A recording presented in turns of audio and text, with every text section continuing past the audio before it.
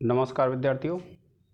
आज हम उपस्थित हैं आरपीएससी की जो परीक्षा होती है सेकंड ग्रेड शिक्षक की और जो फर्स्ट ग्रेड शिक्षक की, उसमें जो संस्कृत साहित्य का इतिहास आता है, संस्कृत साहित्य के इतिहास का सामान्य परिचय आता है विद्यार्थियों। उसमें क्या आता है?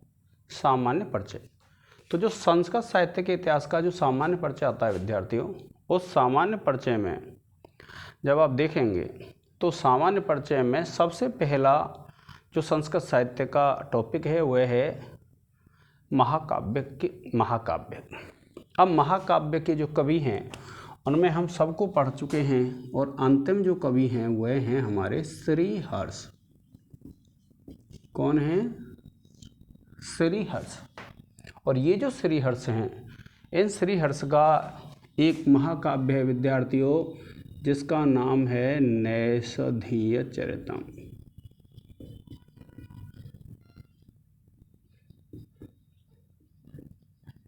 क्या है? नैषधीय चरितम। इनका महाकाव्य है नैषधीय चरितम। और यह जो नैषधीय चरितम है विद्यार्थियों, जब आप इस नैषधीय चरितम के विषय में पढ़ते हैं तो उससे पहले हमें क्या है, ये जो कवि हैं हमारे, कौन से कवि? ये जो हमारे कवि हैं श्रीहर्ष, श्रीहर्ष का परिचय पढ़ेंगे हम सबसे पहले। तो देखिए, ये जो श्रीहर्ष हैं विद्यार्थियों, इनके विषय में जब आप देखते हैं तो ये इनके अगर हम देखें तो जो पिताजी हैं, पिता का नाम है इनके का श्रीहीर। क्या नाम है? श्रीहीर। और इनकी माता का नाम है विद्यार्थियों मामल्ल देवी। क्या नाम है? मामल्ल देवी। पूछ लेता है विद्यार्थियों आपसे परीक्षाओं में कि इनकी माता का क्या नाम है।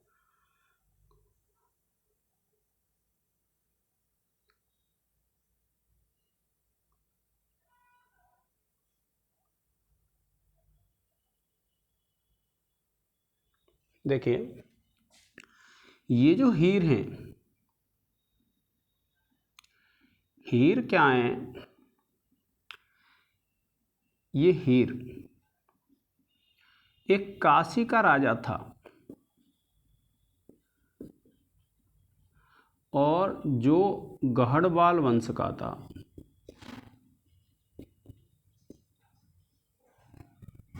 क्या था? काशी का राजा था और जो गहड़वाल वंश का था और जिसका नाम था विजय। क्या नाम था विद्यार्थियों? विजय चंद्र। तो ये जो विजय चंद्र था, इस विजय चंद्र की सभा के पंडित थे, सभा के प्रधान पंडित थे।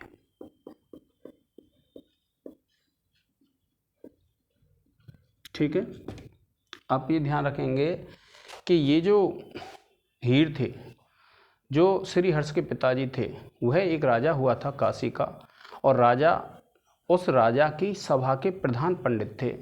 अब इनका जब हम समय देखते हैं विद्यार्थियों, तो समय के विषय में इनका वैसे हम कॉमन बात करें तो इनका समय आता है 1163 से 1174 ईस्वी के लगभग। क्या?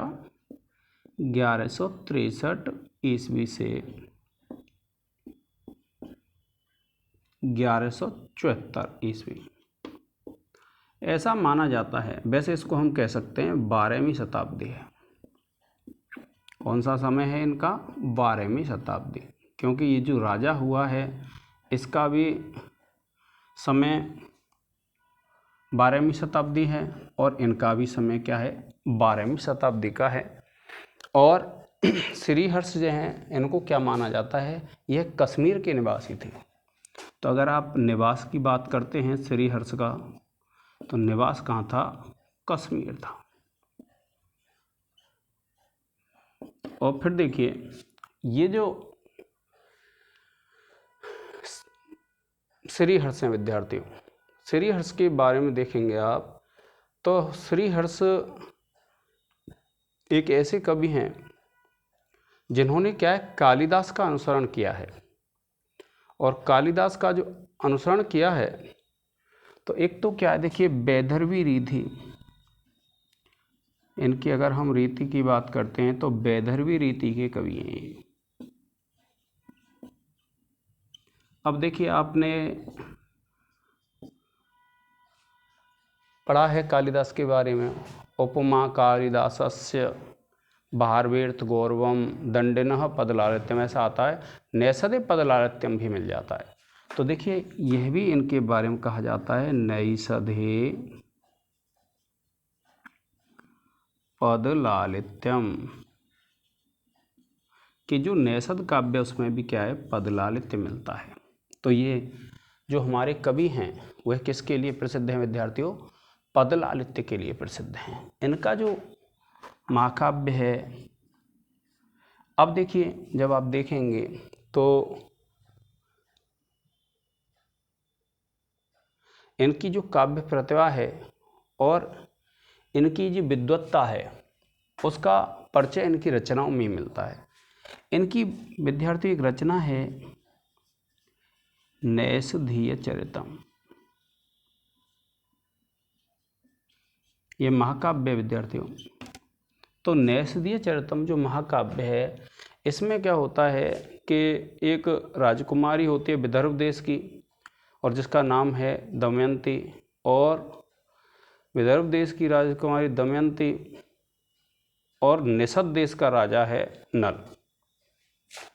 जो वर्णन है इसमें नैषधीय चरितम वो क्या है कि देखिए निषद प्रदेश का तो राजा है नल,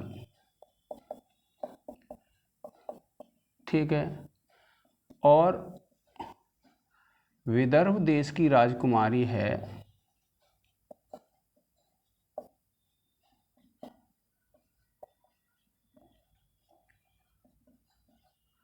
दमयंती। इसमें क्या है, दोनों की प्रणय कथा का वर्णन है। प्रणय कथा 22 सर्गों में वर्णित है।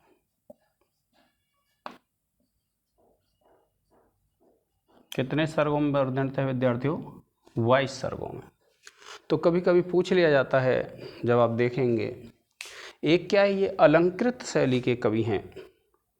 कौन सी शैली के कवि हैं ये, अलंकृत कवि शैली के कवि हैं। जब आप देखेंगे कि अलंकृत काव्य शैली है इनकी, तो ध्यान रखेंगे कौन सी है, अलंकृत काव्य शैली।